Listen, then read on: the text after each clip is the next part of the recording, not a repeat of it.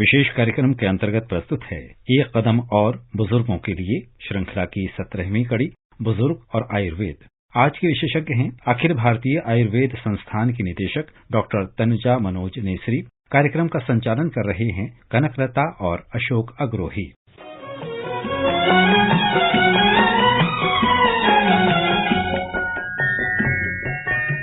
नमस्कार श्रोताओं, कार्यक्रम एक कदम और बुजुर्गों के लिए लेकर हाजिर हैं हम। मैं कनकलता और मेरे साथ हैं अशोक अग्रोही। आज हम बात करेंगे आयुर्वेद की। चिकित्सा की अनेक पद्धतियों में से एक है आयुर्वेद। चिकित्सा के क्षेत्र में ये सबसे प्राचीन और प्रमाणित उपचार प्रणाली है। लगभग 5000 साल पुरानी ये चिकित्सा पद्धति भारत की देन है। इसमें औषधीय गुण रखने वाली वनस्पतियों और जड़ी बूटियों से इलाज किया जाता है।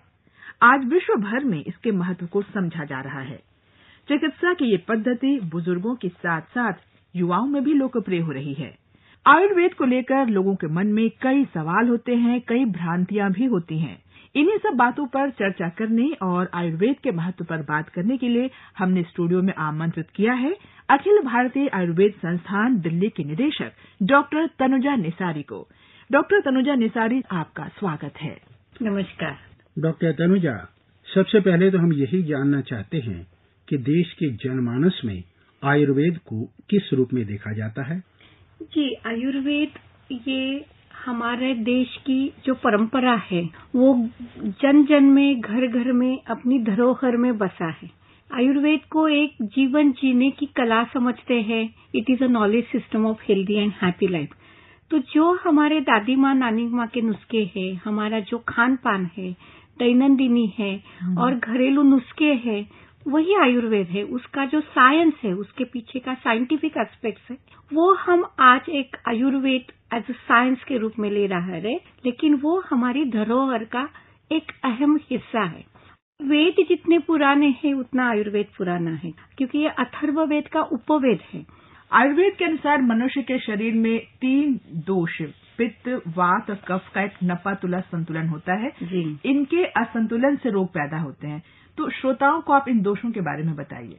जी, आयुर्वेद की जो स्वस्थ, मतलब किसको हम आरोग्य पूर्ण कह सकते हैं, तो ये कहा है समदोषः समाग्निश्च समधातु मलक्रिया प्रसन्न आत्मा इंद्रिय मनः स्वस्थ इत्यभिधीयते। तो दोष जो है वो तीनों एनर्जी के सोर्स है। जो हम ये कहते हैं कि हर व्यक्ति ये सृष्टि का एक छोटा स्वरूप है। यत् पिंडे तत् ब्रह्मांडे, जैसे पूरी सृष्टि पंचमहाभूतों से बनी है, तो हमारे शरीर, मन और आत्मा, वो जो शरीर भी पंचमहाभूतों से ही बना है, वो उसी का ही एक छोटा स्वरूप है। हमारे शरीर में भी पंचमहाभूत है। तो शरीर में जो सृष्टि के अंश जानने का तरीका, रिप्रेजेंटेशन, ये दोष है। जैसे कि पृथ्वी और आप, जो संयोजन, एनाबॉलिक जो स्रोत है, सबको पकड़ने वाला, जीवन देने वाला, धरने वाला, तो ये जो संयोग करने वाली जो एनर्जी है उसको कफ कहते हैं। जो ट्रांसफॉर्मेशन होती है, जैसे सोलर एनर्जी है, कोई भी चीज एक दूसरे से दूसरे में परिवर्तित करना, मेटाबॉलिज्म, पचाना, मेटाबॉलिज्म करना, जैसे सूर्य से ही सभी फोटोसिंथेसिस होता है। तो ये जो ट्रांसफॉर्मेशन जो एनर्जी स्रोत है उसको पित्त कहते हैं। That is a transforming hot transforming energy. और जितनी भी गतिविधियां, मूवमेंट्स है, इम्पल्स है, न्यूरोलॉजिकल इम्पल्स, हार्ट से लेके पलकों का उन्मीलन निमेश, या हमारा हाथ पैरों का चलना, या अन्नवर स्रोतों की जितनी जितनी मूवमेंट शरीर में है, ये मूवमेंट का जो स्रोत है उसको वात कहते हैं। तो ये तीनों एनर्जी, मतलब उत्पत्ति, स्थिति और लय, cohesion, anabolism and catabolism and transformation, ये तीनों को वात, पित्त, कफ कहते हैं। ये तीनों जब बैलेंस होता है इसको हम स्वस्थ कहते हैं। और जब इम्बैलेंस होता है तो व्यक्ति अस्वस्थ हो जाता है। रोग की पहचान कैसे करते हैं आयुर्वेद में? एलोपैथी में तो हम विभिन्न जांच जो करवाते हैं प्रयोगशालाओं से, उससे पता चलता है। आयुर्वेद में कैसे करते हैं? आयुर्वेद में 8 पैरामीटर है कि जिससे जो लेबोरेटरी में हम उसका कंफर्मेटरी टेस्ट करते हैं। आज के दिनों में रुग्णों को, सभी को उसी के लेबोरेटरी टेस्ट से पहचान है। शुगर है तो शुगर बढ़ गई, HbA1c बढ़ गया, ये समझता है। या संधिवात है, हाथजोड़ है तो एक्सरे से नापा जाता है। तो आयुर्वेद रोग परीक्षा और रोगी परीक्षा, मतलब एक जो व्याधि है उसकी भी एक जांच होती है, जैसे डायबिटीज है तो शुगर है, तो आयुर्वेद में प्रभूत मूत्रता एक रोग की परीक्षा हो गई। लेकिन रुग्ण रोगी परीक्षा की जांच के 8 पैरामीटर है। सबसे पहला नाड़ी परीक्षा, पल्स एग्जामिनेशन। सुबह खाली पेट देखने से सभी प्रकार के रोगों की जांच होती है, वैद्य से कोई भी छूटता नहीं। अगर असली पहचान करें तो सभी बीमारी का पता पल्स एग्जामिनम नाड़ी से होती है। दूसरी नाड़ी मूत्रम मलम जिह्वा शब्द स्पर्श दृगाकृति। तो मूत्र परीक्षा से, यूरिन एग्जामिनेशन देखने से, कलर से, उसकी टर्बिडिटी, उसका घनत्व कितना है, उससे हम विस्कोसिटी कितनी, उससे पता चलता है। मल परीक्षा पुरुष, उससे पता चलता है। जिह्वा, जीभ देखने से हमें तुरंत उसमें आमावस्था है, टॉक्सिन्स है, नहीं है, पाचन की स्थिति कैसे है, ये पता चलता है। हम ये कहते हैं मलाज, दैट इज पुरुष स्टूल।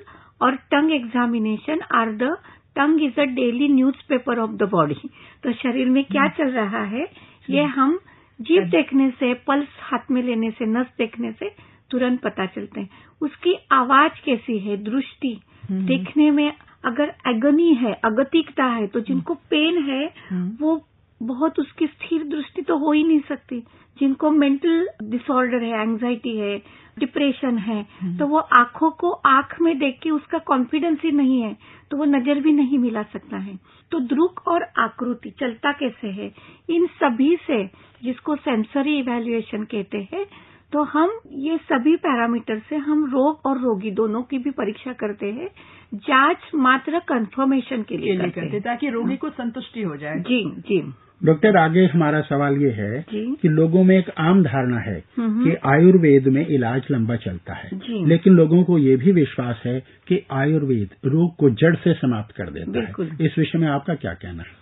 हम यही कहेंगे कि आयुर्वेद केवल लाक्षणिक चिकित्सा नहीं करता है, वो व्यक्ति को ध्यान में रखते हुए चिकित्सा करता है, क्योंकि वो टेलर मेड मेडिसिन है, कस्टमाइज, जिसको हम कहते हैं कि प्रकृति के व्यक्ति और उसकी प्रकृति के अनुसार हम वो कोई भी एक ही दवा है, जैसे कि अगर अदरक भी है, या कोविड में हमने आयुष का काढ़ा सबको प्रचलित किया, हर घर में वो पहुंचा, घर घर तक काढ़ा पहुंचा, प्रिवेंशन। लेकिन हर मिजाज के अनुसार, प्रकृति के अनुसार, किसी को गर्म ज्यादा होता है, किसी को ठंडा ज्यादा होता है, तो ये देखते हुए हम काढ़े का प्रमाण भी, उसका अनुपात भी, समय भी और कितनी बार लेना भी, ये चेंज करते हैं। तो इसीलिए हम जड़ से प्रकृति व्यक्ति को देखते हुए जो दवा देते हैं, औषध देते हैं, उसका प्रमाण और प्रयोग दोनों में बदलते हैं। इसीलिए हम कहते हैं जड़ से हम व्याधि की चिकित्सा करते हैं। गिलोय का इस्तेमाल बहुत हुआ था कोविड महामारी के दौरान, लेकिन कई लोगों से ये पता चला कि उन्हें ये सूट नहीं किया। तो कैसे हमें पता चलेगा कि हमें गिलोय सूट करेगा या नहीं करेगा? किस बीमारी से ग्रसित व्यक्ति को गिलोय नहीं लेना चाहिए या किस चीज के साथ लेना चाहिए? जी, गिलोय ये ऐसी दवा है जिसका नाम संस्कृत में अमृता कहा है, और आयुर्वेद में 3 कैटेगरी की वनौषधियों का क्लासिफिकेशन है। तो एक व्याधि को जड़ से दूर करती है, जैसे वीडंग है, कृमि में तुरंत काम करती है। कुछ दोषों को शमन करती है, जैसे सोट है तो कफ को शमन करेगी। लेकिन कुछ मेडिसिनल प्लांट स्वस्थ हितक, मतलब रोज हम दाल चावल रोटी जैसे लेते हैं, रोज लेने वाली 5 मेडिसिनल प्लांट्स है, जिसमें आंवला है, जिसमें हनी मतलब शहद है, जिसमें मूंग है, चावल है, लेकिन 5वीं बहुत इम्पोर्टेंट गिलोय है।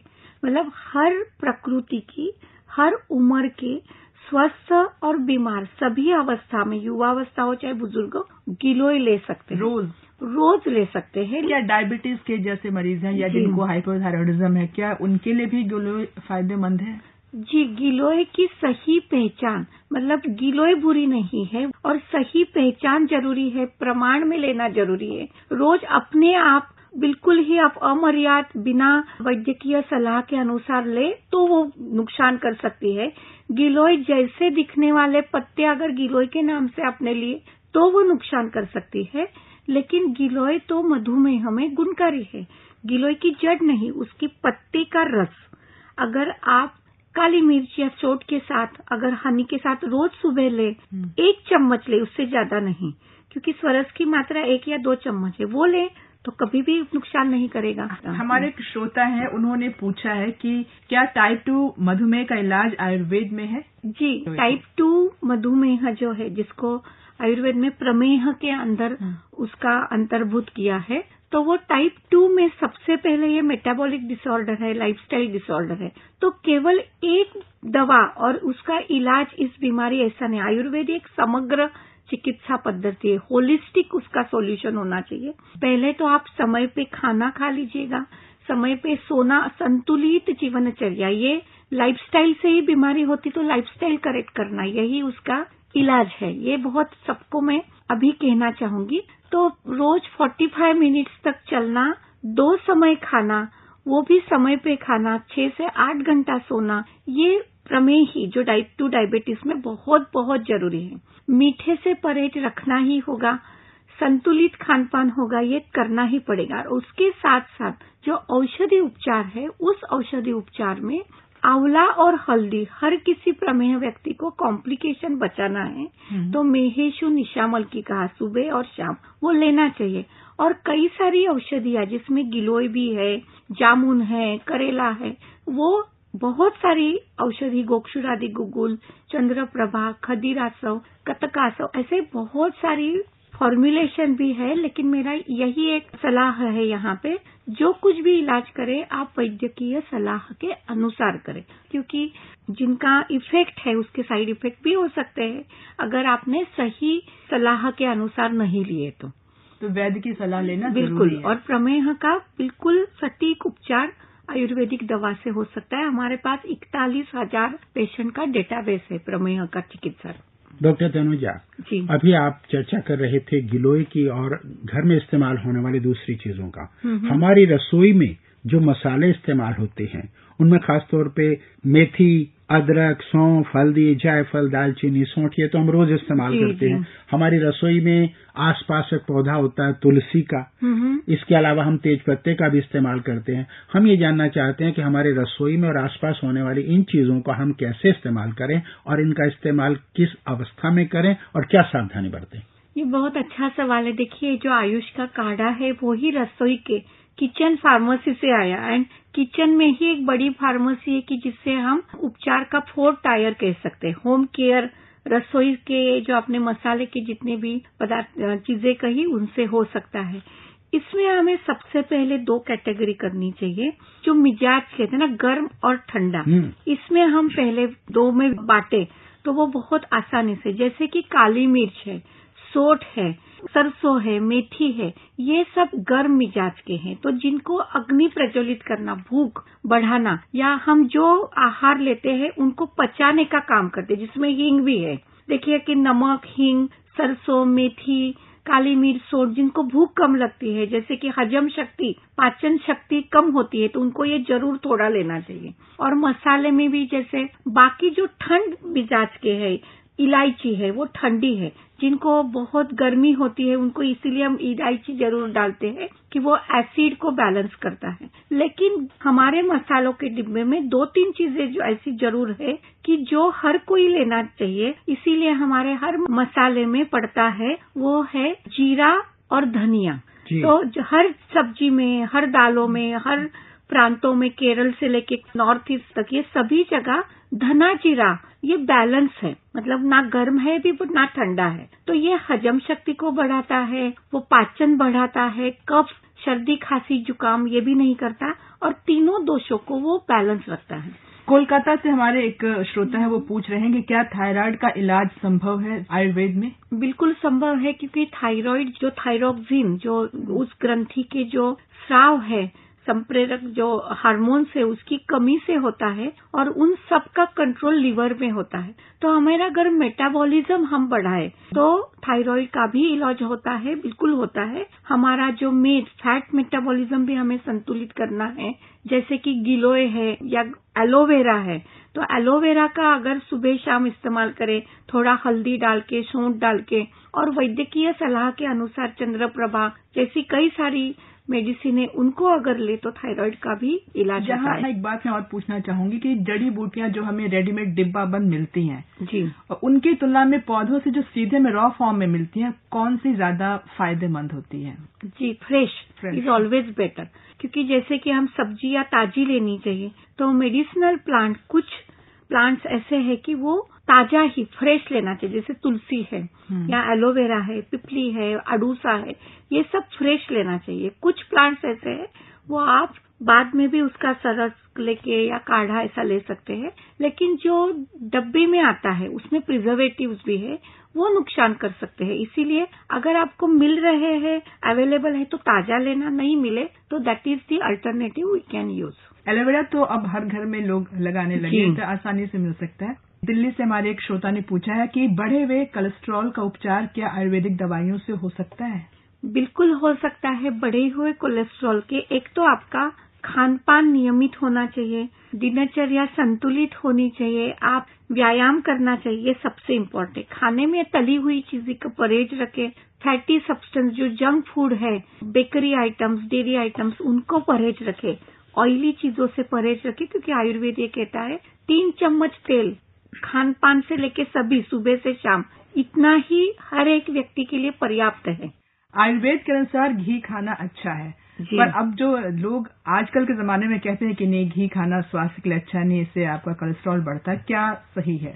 घी जो बिलोना घी कहते हैं, कि जैसे घी बनाने का विधि है, क्रीम से नहीं, मतलब दूध से दही बनाया, दही से आपने मक्खन लिया, मक्खन को आपने निकाल के फिर आपने उसको उबाल के घी बनाया, ये तरीके से अगर घी बनाया तो वो संस्कार है। पर ये तो संभव नहीं है, हम हमेशा बाजार से खरीदते हैं, तो वो बाजार में भी आपको उस कंपनी को देखना है कि कहाँ से आप ले रहे हैं। अगर विश्वास युक्त GMP एगमार्क वाले अगर घी लिया तो वो कोलेस्ट्रॉल अच्छा वाला बढ़ाता है, HDL बढ़ाता है, और बैड कोलेस्ट्रॉल LDL को घटाता है। तो हमें ये ध्यान में रखना है, घी हमारे लिए वरदान है। गाय का घी ये विष को, जितने भी आजकल पेस्टिसाइड्स वगैरह, जितने भी घातक विषैले परिणाम शरीर में है, उनको भी कम करता है। तो खाने के साथ अगर दाल चावल और घी लिया तो वो ग्लाइसेमिक इंडेक्स भी कम करता है। तो विशेषतः बुजुर्गों को, जिनमें शरीर में बहुत ज्यादा रूखापन, शुष्कता, रुक्षता है, उनको घी जरूर लेना चाहिए। सुबह शाम घी जरूर ले, 3 चम्मच ले, सुबह एक बार ले नाश्ते में, और रात को गर्म पानी के साथ घी लिया तो कब्जी भी नहीं होगी और आपका ओवरऑल मेटाबॉलिज्म अच्छा रहा। घी अग्नि दीपन का भी कार्य करता है, ब्रेन को एक तरह से वो मगज है, मतलब न्यूट्रिशन देता है। तो घी बहुगुणी है, तो गाय का घी 3 चम्मच हर बुजुर्ग को जरूर लेना चाहिए। गाय का ही होना चाहिए। गाय का अच्छा है, भैंस का सही नहीं है, और वो हृदरोग भी नहीं करेगा। ये एक गैर समझूत, जिसको हम मिसकम्युनिकेशन है, प्रचार है कि घी से सब बीमारी होती है, अच्छे घी से संतुलित रहता है। डॉक्टर तनुजा, आप सर्दी के मौसम में जोड़ों के दर्द से बचने के लिए क्या करना चाहिए? जी, जैसे हमने कहा कि आयुर्वेद एक समग्र चिकित्सा पद्धति है, मतलब वो स्वस्थ को भी स्वास्थ्य बनाए रखता है, बीमारियों से बचाता है, प्रमोटिव, प्रिवेंटिव, और अगर बीमारी है तो उसको भी ठीक करता है। It is a therapeutic. तो सर्दियों में अगर घुटनों के दर्द से अगर बचना है सबसे पहले बुजुर्गों को, तो हमें बाह्य और अभ्यंतर दोनों का ख्याल रखना चाहिए। एक तो गर्म कपड़े पहने, मोजे, मतलब जो जुराब है, सॉक्स, वो पहने। ये सबसे पहले बुजुर्गों को बाह्य ठंडे वातावरण से बचना चाहिए। घुटनों के लिए मसाज, जैसे हम दिवाली में भी अभ्यंग करते हैं, तो कोई भी तेल हो, चाहे सरसों हो, चाहे तिल का तेल हो, या मेडिकेटेड ऑयल, धनवंतर तेल, नारायण तेल, कोई भी है, उस ऑयल से घुटनों का हल्का हल्का मसाज करना रोज अपने हाथों से करे, उनके कोई सहायक है वो करे, लेकिन वो मसाज पूरे सर्दी के मौसम में करेंगे तो कभी भी जो ऑस्टियोआर्थराइटिस, घुटने का दर्द नहीं बढ़ेगा। उसके बाद सिकाई करनी चाहिए। स्नेहन के बाद स्वेदन होता है, मतलब सिकाई करें। धूप में दोपहर में जरूर बैठे। निसर्ग ने वरदान हमें दिया है कि ठंडी दी है, लेकिन धूप की रोशनी में सिकाई करना उसमें घुटने का दर्द भी कम हो जाता है। आपका सिकाई से मतलब धूप में सिकाई से है या गर्म पानी से सिकाई से है? जिनको धूप की सिकाई पॉसिबल है वो करे, हर किसी को आजकल पॉसिबल नहीं होता है, तो वो गर्म पानी से भी सिकाई कर सकते हैं। अब सर्दी के दिनों में लोग ज्यादातर चाय पीते हैं या कोई भी गर्म पेय लेते हैं। कितनी मात्रा में लेना चाहिए, कैसा गर्म पेय लेना चाहिए और पानी कैसा पीना चाहिए? जी, पानी कोसा या गुनगुना ही लेना चाहिए और खाने के समय हर किसी को हर मौसम में, बुजुर्गों को खास, ठंडा पानी लेना ही नहीं चाहिए। विशेषतः नाश्ता, लंच और डिनर, ये तीनों खाने के समय हजम शक्ति, जो खाया हुआ वो पचाने के लिए कोसा पानी, गर्म पानी ही लेना चाहिए। विशेषतः ठंड के दिनों में गर्म पानी ही ले और उनको सर्दी खांसी से बचना है तो आप तुलसी डाल के या जिनको हम मेडिकेटेड वाटर की पानी उबला हुआ थोड़ा सा, तो उसमें थोड़ा सा अजवाइन डाल सकते तो गैस नहीं होगा। तुलसी के पत्ते डालिए, थोड़ा सा सौंठ डालिए या अदरक डालिए, तो अदरक वाला सौंठ वाला पानी हल्का, बहुत ज्यादा नहीं होना चाहिए कि जो पी ही ना पाए, लेकिन ये डाल के अगर लेंगे तो पानी भी हजम होता है और हजम शक्ति भी बढ़ती है। बुढ़ापा आयुर्वेद की दृष्टि से वात का प्रबल होता है। हर एक व्यक्ति के जीवन के 3 अहम हिस्से हैं। जो शुरुआत होती है वो कफ है, बीच में पित्त का काल और अभी वात का काल। वात ये रूखा सूखा है, जैसे बहने से देखो कपड़े भी सूख जाते हैं, पानी का शोषण होता है। तो शरीर में ब्रेन से लेके हड्डियों में सभी जगह लुब्रिकेशन कम होता है। जो एक लचीलापन है या ओलिएशन है वो पदार्थ शरीर में कम हो जाते। तो हमें इसीलिए सभी जगह ओलिएशन करना, घी जैसे बाह्य स्नेहन करना, ये बहुत जरूरी है। तो सुबह इससे शरीर में हजम शक्ति में वात बढ़ता है, गैसेस होते हैं, गैस पास नहीं होते। तो सुबह उठ के गर्म पानी, नींबू डाल के, नींबू निचोड़ के, लेमन, हनी या उसमें थोड़ा अदरक, अजवाइन और मेथी दाना, ये जरूर हर कोई ले, जिससे हजम शक्ति भी ठीक होती है और जिससे गैस पास होते हैं और कब्जी भी दूर होने में मदद होती है। एलोपैथिक दवाओं के साथ क्या आयुर्वेदिक दवाइयाँ ली जा सकती हैं? एलोपैथी के साथ आयुर्वेद की दवा लेने के लिए आपको वैद्यकीय सलाह, डॉक्टर की सलाह लेना बहुत जरूरी, क्योंकि कई बार हर्ब ड्रग इंटरैक्शन हो सकती है। लेकिन अगर डॉक्टर ने भी कहा, मतलब एक आदमी एलोपैथी डॉक्टर के पास भी जा रहा है, बाद में आयुर्वेद के वैद्य के पास भी जा रहा है और दोनों भी साथ में ले रहा है, तो ये सलाह जरूर हम करें कि कम से कम आधा घंटे का गैप रखें, तो फिर उनका इंटरैक्शन कम संभव होता है। आयुर्वेद में पंचकर्म से शरीर का शुद्धिकरण किया जाता है। ऐसी धारणा है कि पंचकर्म बलवान लोगों में की जाती है और कमजोर लोगों के लिए उचित नहीं है, क्या ये सही है? ये आमतौर पे ऐसा माना जाता, लेकिन ये सही नहीं है। पंचकर्म कई सारे दूध से बस्ती देते हैं, हम घी से करते हैं, तो किस प्रकार का पंचकर्म, ये नाम ओवरऑल 5 प्रकार के प्रोसीजर है। जैसे ऊपर से हम अगर सभी टॉक्सिन्स को निकाले कफ जैसे, तो वो वमन होता है। नीचे से निकाले, जुलाब करे मेडिकेटेड, तो वो हो गया विरेचन। अगर एनिमा दे मेडिकेटेड तो हो गया बस्ती, और नाक से दे तो नस्य हो गया। तो अगर हम तेल का करें तो वो ब्रूहण भी है, शमन भी है, तो वो कोई बलवान होने की जरूरत नहीं। अच्छा। तो व्याधि के अनुसार और व्यक्ति के अनुसार इनफैक्ट हम बुजुर्गों को तेल का एनिमा देते हैं, जिससे उनका रूखापन कम हो जाता है। तो कई सारे नरिशमेंट के लिए जो नहीं हजम कर सकते, नहीं पचा सकते मेडिसिन, तो हम एनिमा द्वारा ये मेडिसिन देते हैं। हमने बहुत सारी बातें की, पर हमने श्रोताओं को अभी तक गाना नहीं सुनवाया है, तो हम आपकी पसंद का गाना सुनाना चाहते हैं श्रोताओं को।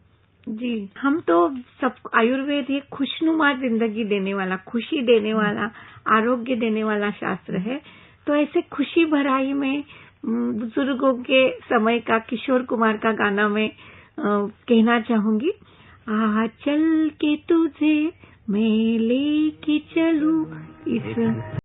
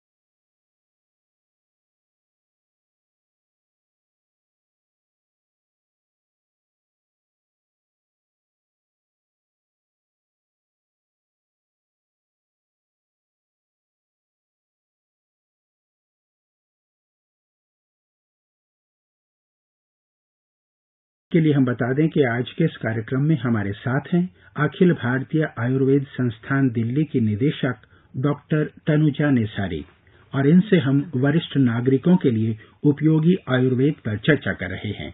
डॉक्टर तनुजा नेसारी, चर्चा को आगे जारी रखते हुए हमारा अगला प्रश्न ये है कि ये जो मौसम में फल सब्जियां आती हैं, कहा जाता है कि यही खाने के लिए सबसे ज्यादा उपयुक्त होती हैं।